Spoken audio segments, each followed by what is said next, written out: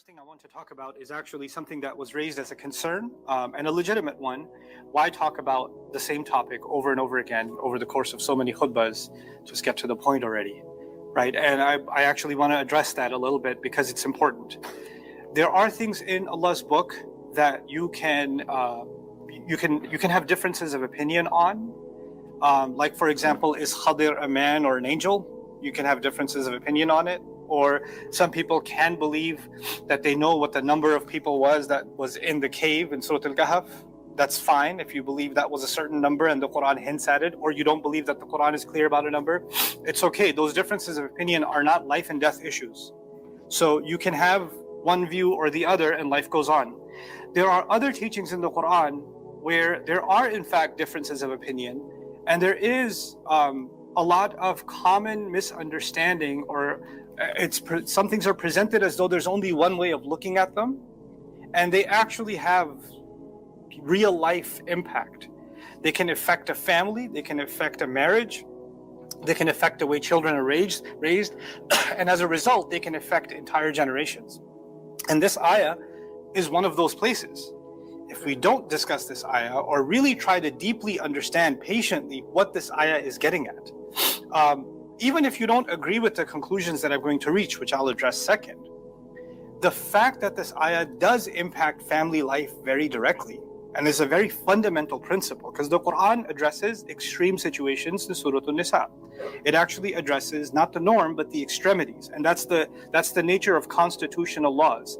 The constitutions of any nation or any great legal document, one of its qualities is that it does not actually address the normal in life. It addresses the extreme, outliers. So for example, laws will discuss things like murder or robbery, etc., criminal law. Why? Not everybody's a murderer, not everybody's a robber, but in case that happens, that extreme takes place, we need to be able to deal with it, right? So the same way, Surah An-Nisa is a good example of laws that are in such circumstances. What are you supposed to do in places in which there's room for lots of conflict? And in that context, this ayah has been given to us. So the other thing that I will share with you, and I say this with all sincerity, we have to be humble to our own ignorance. So what I'm going to share with you is actually based on a research paper written by a dear colleague of mine, Saqib Hussain, who is, mashallah, a very well-versed scholar of the deen and also of comparative religion, and is pretty much on his way of completing his PhD at Oxford University after having studied Islam exhaustively, and is familiar with both the Arabic language exhaustively and also the Hebrew Bible, and is versed in Hebrew as well. And he wrote a paper, an exhaustive paper on this ayah, on Surah An-Nisa, ayah number 34. He wrote a 46-page paper on it in English. And actually on social media today, I have put a link for that paper in the description. What he's talked about is way more complicated than what I present in the khutbah. My job in the khutbah is try to simplify things as much as possible and take them step by step. But I think for many of us, this issue is important enough that you should educate yourself higher. And so one quick comment before I get to the conclusions that are made in that paper that I find more convincing than other conclusions is that we as Muslims have to know that our religion, Islam, is different, not just because we worship one God and some religions worship multiple gods, or we have our prayers on Friday and they have theirs on Saturday or Sunday. It's not just different because of our rituals are different or our beliefs are different.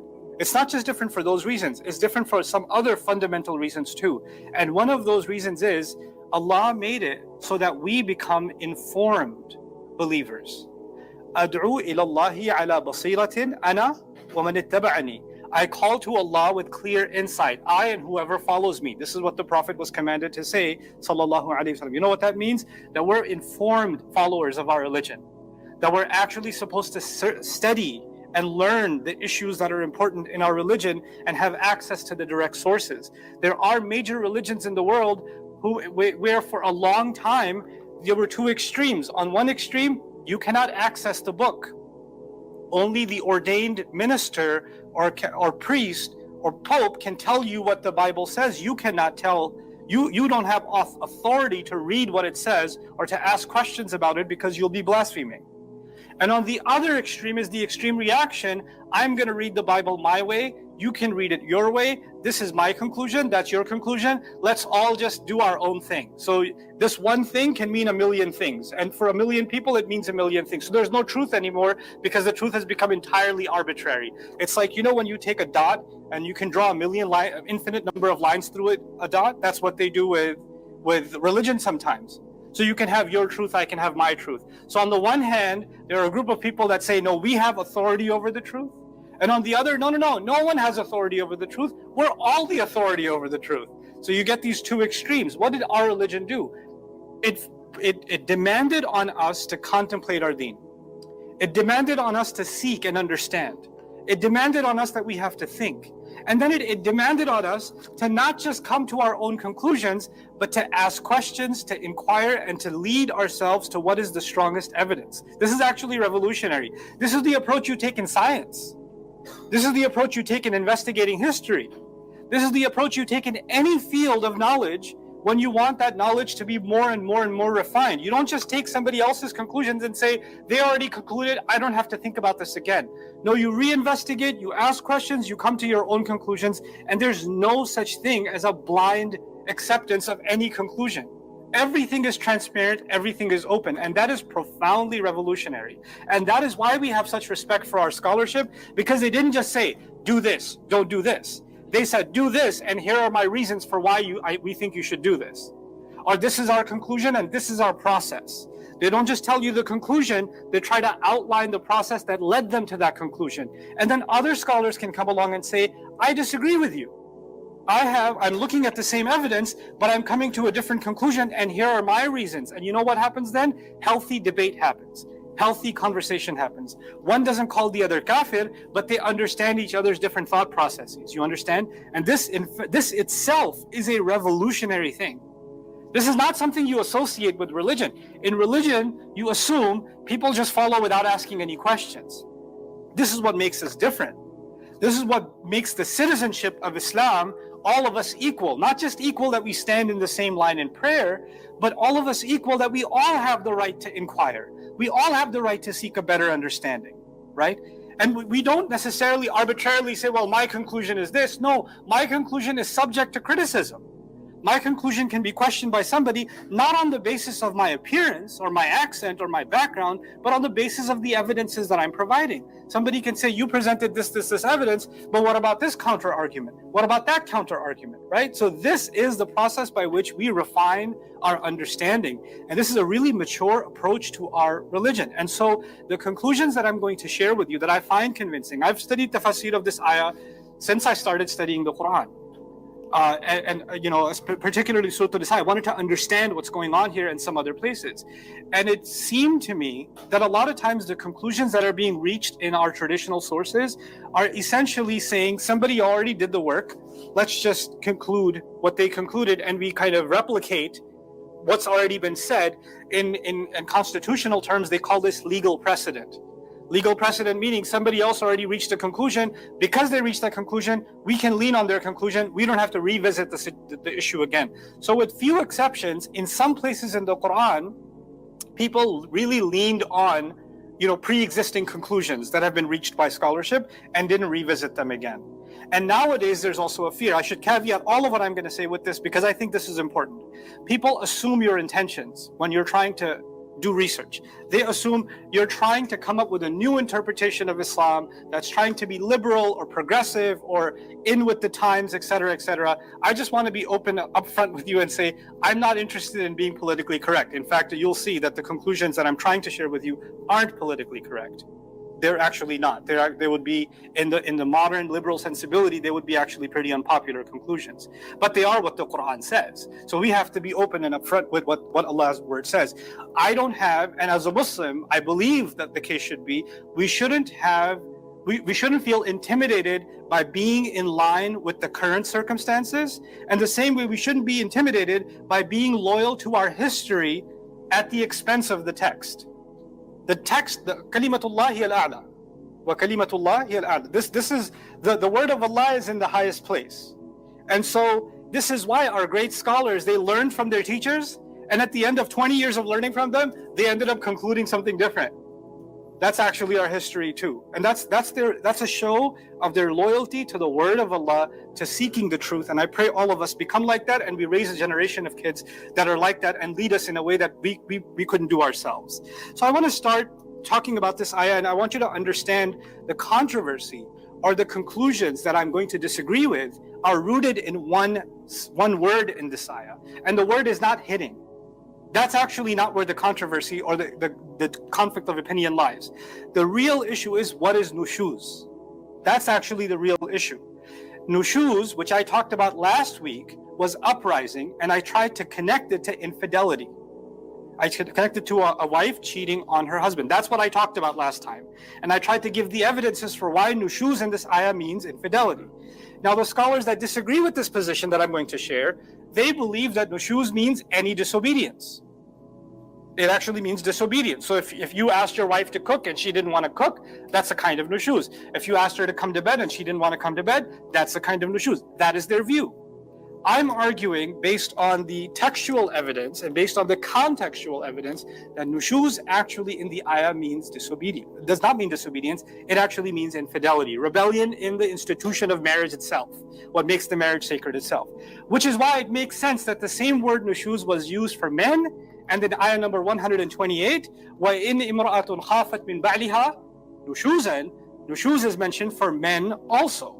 Because for men, it's not an issue of disobeying the wife, just like it's not in the first case. It's actually of violating the institution, the sacred institution of marriage, and that's why that's being mentioned there too. The other issue is, we're not afraid, or when you mention fear is of something that hasn't happened yet. That's what fear is. Disobedience has already happened. You're not afraid that your wife is not going to put enough salt in the chicken. You're afraid of something that you haven't verified yet. And so the ayah is talking about something anticipated, something assumed that hasn't taken place yet. And that's, for more on that, inshallah, read the paper and also kind of listen to the khutbah from last week on what nushuz means. Here I would argue that it means infidelity. Now, if it does in fact mean infidelity, then we have another issue. And that is that there are two surahs I'd like you to remember. There are two surahs. Suratun Nisa, which is what we're looking at, Nisa, ayah number 34. And there's Suratun Nur, which is surah number 24. So 4 and 24 to make it easy, right? These two surahs talk about similar subjects. They're actually in Revelation, they're close to each other in the time of Revelation, in Medina, in the middle period. And also, this one talks about what should be the punishment of zina. Surah An-Nisa, early punishments of zina. And Surah An-Nur, also punishments of zina. There are other parallels between these two surahs.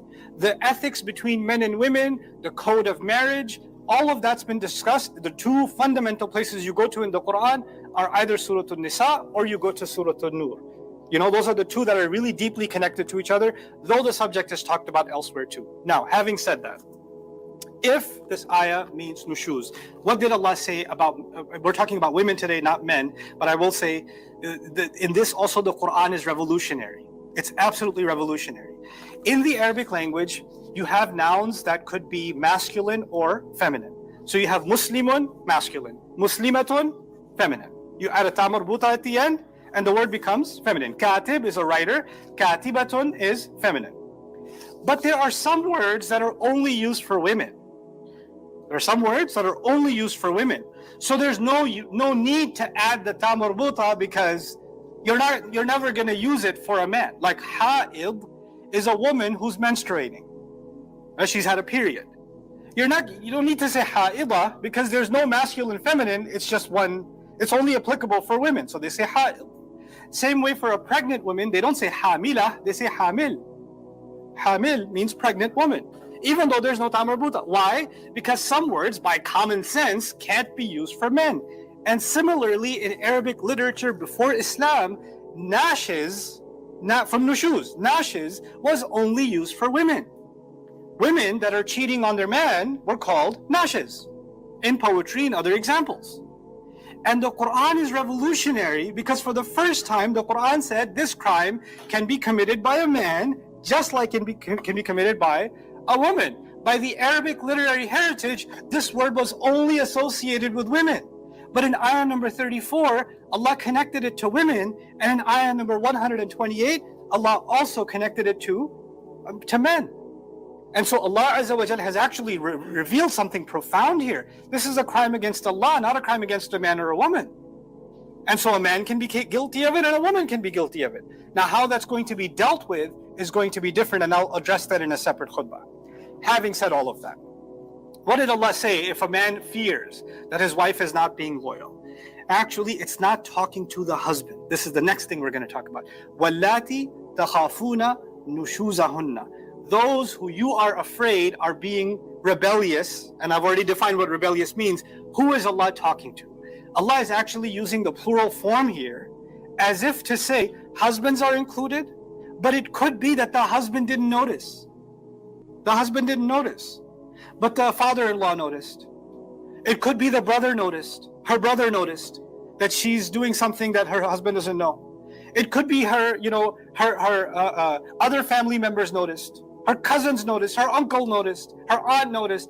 Everybody's talked about, and that's why when we get to فَعِظُوهُنَّ, counsel them, it's not limited to the man counseling the wife. It could be, there's an openness, there's tawassu' in kalam. What it could be anybody who's noticing this kind of thing. Maybe I should bring it up. And now let's understand what maw'idha means. Maw'idha doesn't mean that you go to your cousin and say, hey, by the way, I noticed you're cheating on your husband. That's not what it's saying. It's saying maybe you should just open up, talk to them, because wa'idh means to say something that reaches the heart. Hey, are you feeling okay? How are things between you and Abdul Kareem? Are things going well? I don't know if I love him anymore, blah, blah. And the conversation opens up, right? And there's an opportunity to give, maybe you could do this, maybe you could do that. You're trying to find a soft way to fix something that you notice is steering in the wrong direction, right? And that could be done by the husband, but it could be done by others who notice too. It could be close family and friends that are noticing something and they're trying to help the situation. This is fa'idhuhunna. So there's an openness to it. But the second component is actually clear that it can only be the husband.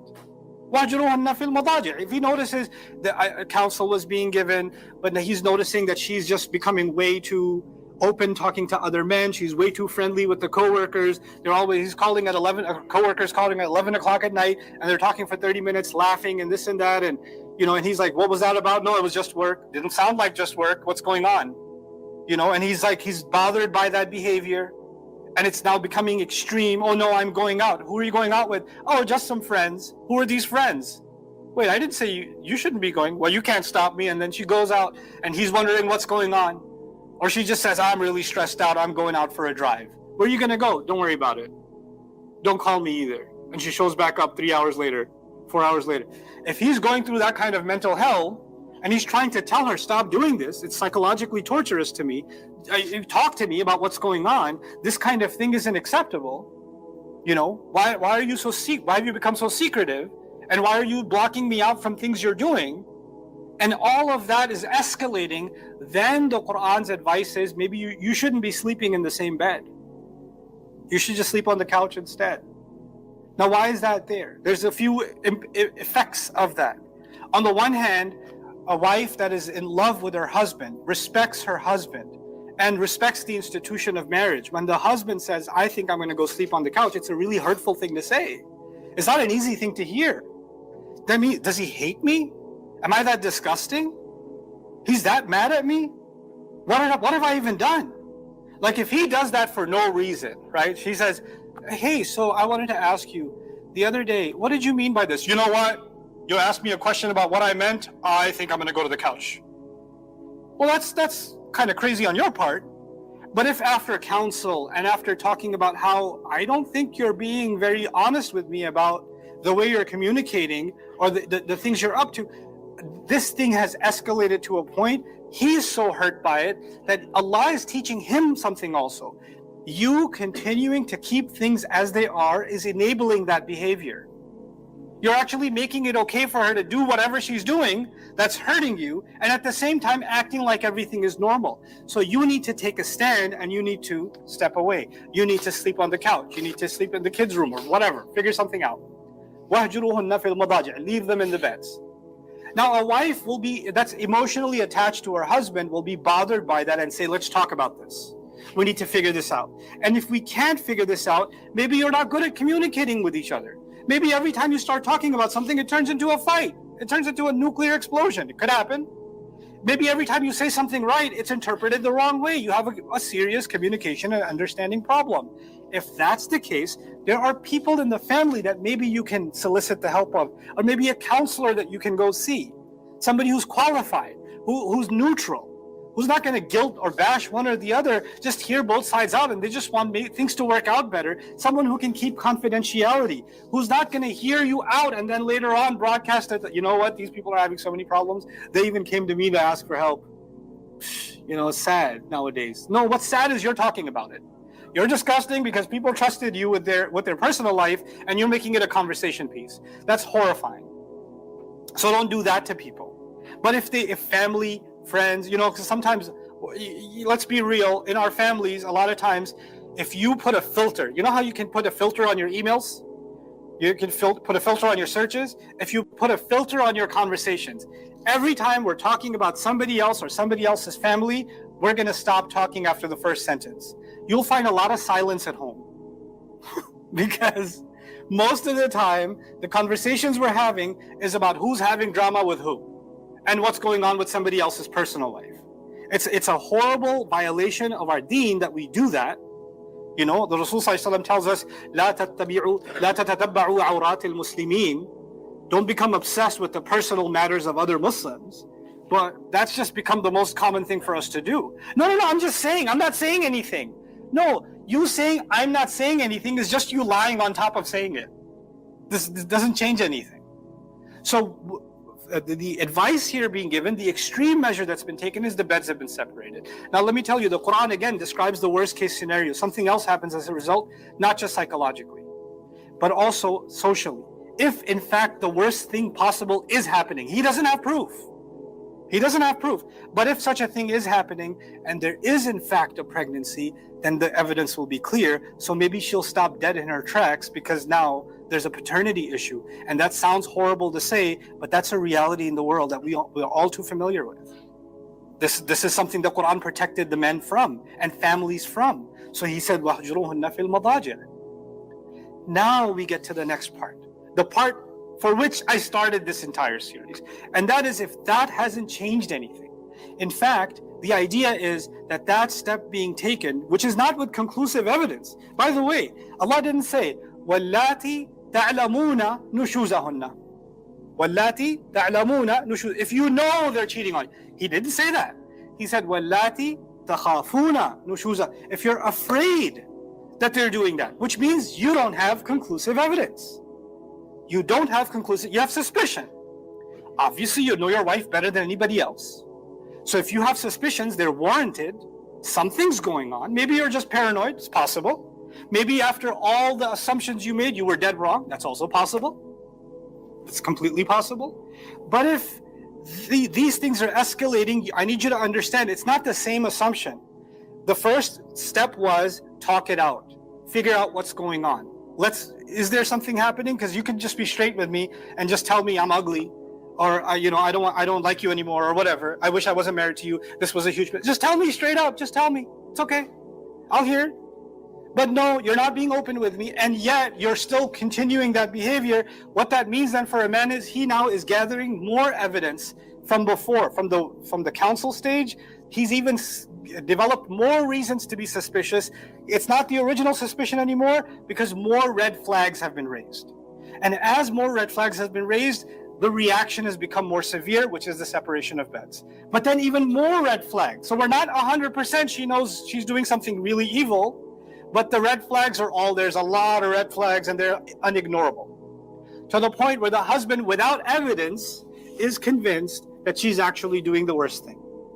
It's reached that point. When it reaches that point, again, I keep re-emphasizing, without what? Without evidence. Clues are there, hints are there, explicit. He hasn't seen anything. He can't, because then he's reached this point. Now let's go to other places in the Quran, because we're going to pause at this point for a second. Allah says, يَا أَيُّهَا الَّذِينَ آمَنُوا اجْتَنِبُوا كَثِيرًا مِنَ الظَّنِّ إِنَّ بَعْضَ الظَّنِّ إِثْمٌ.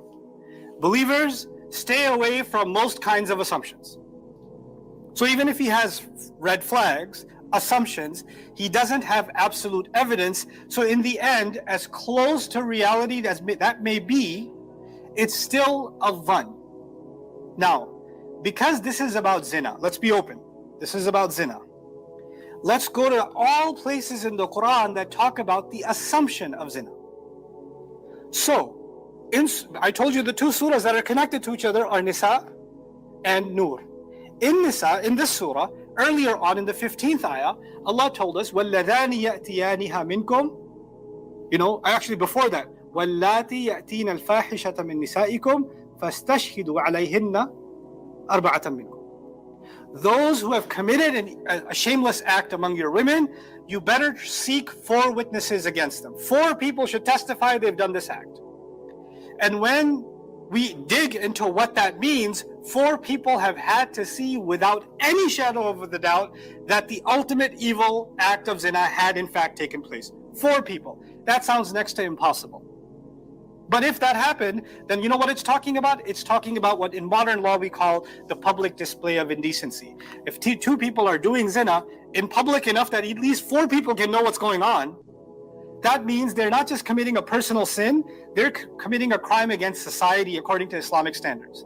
And different countries have different laws for how they deal with public display of indecency. If somebody walks outside nude, they can get arrested.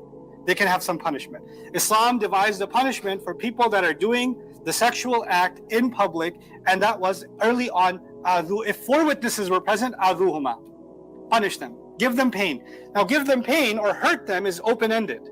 What kind of pain do you want to give them? It's not specified yet, yes? Now, come back to the assumption. The assumption is that the husband suspects his wife.